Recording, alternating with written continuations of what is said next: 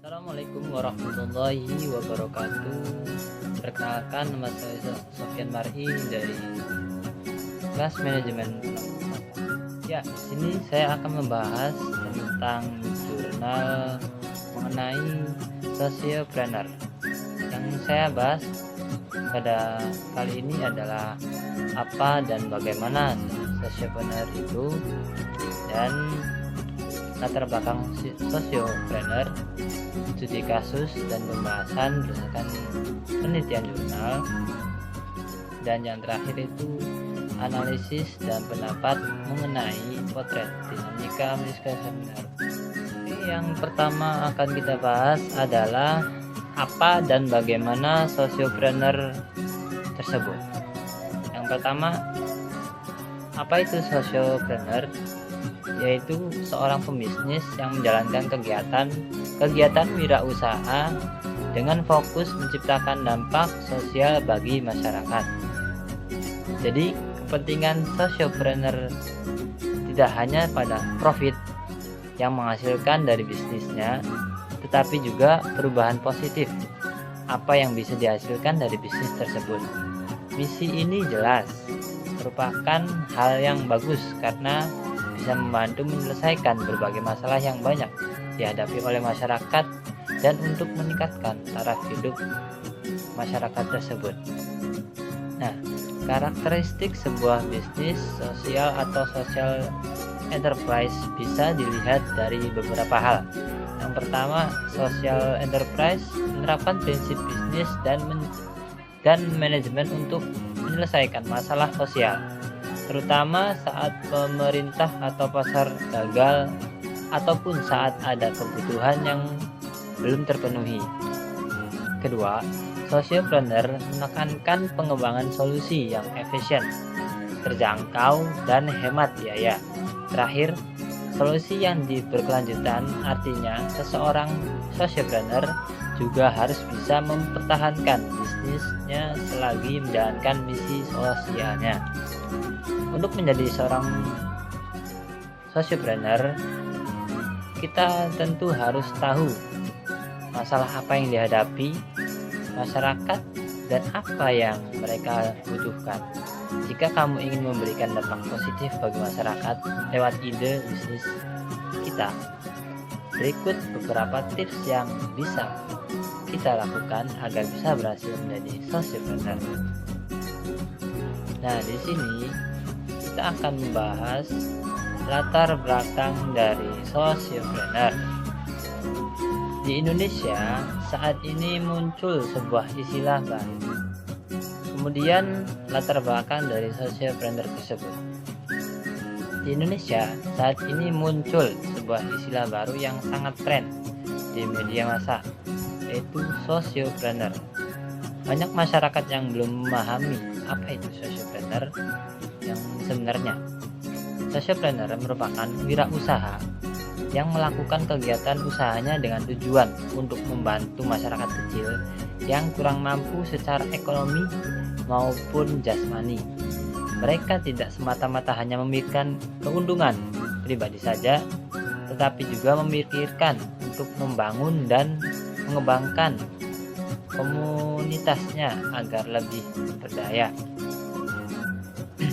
Tingkat kewirausahaan di Indonesia dari tahun 2010 ke 2011 mengalami peningkatan dari 0,7% menjadi 1,4%. Hal ini membuktikan bahwa masyarakat dan semua pihak mulai menyadari pentingnya eksistensi wirausaha di Indonesia.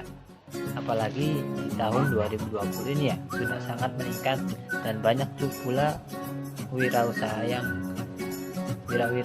muda yang sudah terbentuk sampai sekarang dan sukses. Tapi kebanyakan dari para pengusaha itu belum berniat menjadi seorang sociopreneur, karena sociopreneur belum tentu seorang itu sociopreneur. Jadi seorang entrepreneur belum tentu sociopreneur. Entrepreneur itu biasanya mementingkan kepentingannya sendiri. Kalau sociopreneur itu mementingkan masyarakat sekitar juga. Sebenarnya melalui sociopreneur dapat mengurangi dua masalah di Indonesia. Pertama adalah masalah kemiskinan, dan yang kedua adalah masalah pengangguran yang tidak pernah ada habisnya di Indonesia ini. Sebab seorang sociopreneur akan mempekerjakan dan memberikan modal serta pembagian profit usaha kepada orang-orang yang kurang berpendidikan, yang hanya memiliki keterampilan tertentu, sehingga seorang sociopreneur akan merasa bahagia karena telah membantu orang lain.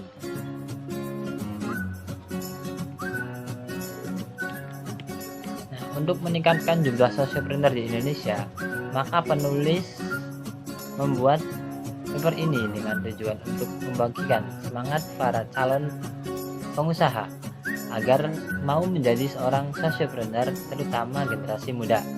Kita perlu memupuk rasa peduli pada calon wirausaha muda terhadap keuntungan masyarakat banyak, sehingga masalah pengangguran dan kemiskinan Indonesia dapat diselesaikan. Selanjutnya adalah studi kasus dan pembahasan berdasarkan penelitian jurnal. Nah, di sini penelitian ini merupakan studi awal yang fokus pada individu, yaitu mengidentifikasi karakter sukses dan proses inovatif dari sociopreneur muda dalam memulai dan mengembangkan bisnis sosial. Kajian ini menggunakan metode studi kasus dengan subjek penelitian utama adalah mom sociopreneur Sanggar ASI. Data primer dan sekunder diperoleh melalui observasi, wawancara yang mendalam, dokumentasi, dan studi literatur. Nah, penelitian ini melakukan studi awal untuk mengeksplorasi wirausaha sosial muda, khususnya perempuan, dalam menginstalasi ide dan gagasan, proses, dan dinamika perkembangan bisnis sosial rintisannya.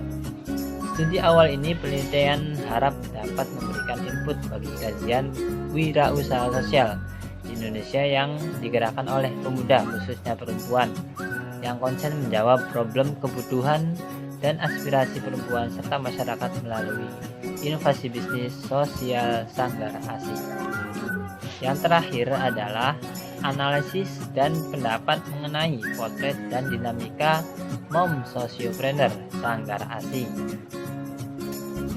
Nah, kita lihat di sini temuan dan analisis. Yang pertama itu adalah keyakinan sebagai kekuatan visi memasuki dunia kewirausahaan sosial. Nah, menurut Muhammad, tahun 2017 merupakan interaksi dari keahlian, kontrol terhadap internal, perencanaan, penentuan tujuan, pengambilan resiko, inovasi, persepsi akan realita, pengambil keputusan, penggunaan umpan balik, hubungan dengan orang lain, dan kemandiriannya. Kemudian yang kedua adalah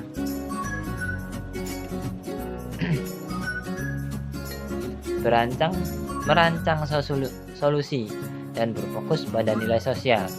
Nah, menurut pendapat Bronstein tahun 2006, yaitu salah satu tanda wirausaha sosial adalah bahwa mereka bersikap realistis tentang perilaku manusia. Mereka menghabiskan banyak waktu memikirkan bagaimana caranya agar para klien mereka benar-benar menggunakan produk mereka. Sejalan dengan itu, mereka cenderung lebih sistematis dalam cara mereka mencari kesempatan-kesempatan baru, mengetahui lebih dahulu rintangan yang akan datang, memantau hasil, dan membuat rencana ke depan. Mereka lebih peduli pada kualitas dan efisiensi, serta lebih memiliki komitmen terhadap orang-orang yang mereka karyawankan dan melibatkan dalam usaha atau sebagai mitra. Jadi mereka lebih mementingkan masyarakat sekitar atau masyarakat yang terlibat dalam proses bisnis tersebut. Nah, kemudian yang ketiga yaitu mengelola inovasi dan jaringan untuk pertumbuhan bisnis sosial. Mengelola jaringan ini merupakan cara yang bagus. Soalnya, kalau jaringan itu sangat luas, akan mempermudah bisnis tersebut. Jadi di era globalisasi ini kan udah maju teknologinya, informasi telah membuka banyak peluang usaha karena transfer pengetahuan semakin cepat pada satu pihak dan menjadi persaingan semakin ketat pada pihak lain.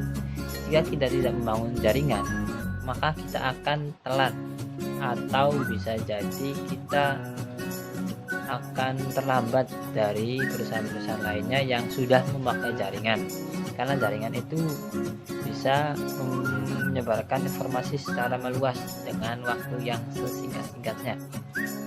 Nah, di era eruption saat ini menurut Kasali tahun 2018, dalam konteks bisnis terdapat cara-cara perubahan bisnis yang dulunya sangat menekankan kepemilikan menjadi saling berbagi peran dan kolaborasi sumber daya atau sharing. Kemudian yang terakhir yaitu struktur kepemilikan. Kemudian dari semua yang ada di atas yang saya jelaskan tadi, yaitu kesimpulannya adalah penelitian ini merupakan studi awal yang fokus pada individu, yaitu mengidentifikasikan karakter sukses dan proses inovatif dari sosiopreneur muda dalam memulai dan mengembangkan bisnis di sosialnya. Nah, penelitian perlibatan teman atau orang-orang yang dikenal baik oleh sosiopreneur menjadi modal sosial yang dimiliki dan sangat melekat dalam tindakan ekonominya. Kompleksitas dari jaringan bisnis telah dikembangkan atau dipengaruhi oleh eksistensi kepercayaan baik antar partner usaha maupun pada konsumen. Tentunya beberapa temuan penelitian ini masih memerlukan kajian lebih lanjut, khususnya apabila digunakan untuk mendeskripsikan dinamika sosiopreneur muda secara keseluruhan. Studi ini masih mencermati satu kasus karena itu masih banyak unsur-unsur yang lain dan dapat digali untuk lihat fenomena kemunculan sosiopreneur muda yang dapat memberikan dampak sosial pada lingkungan sosial masyarakat.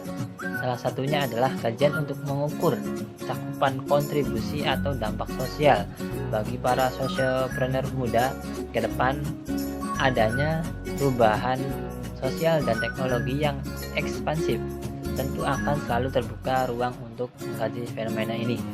Demikian review jurnal dari saya.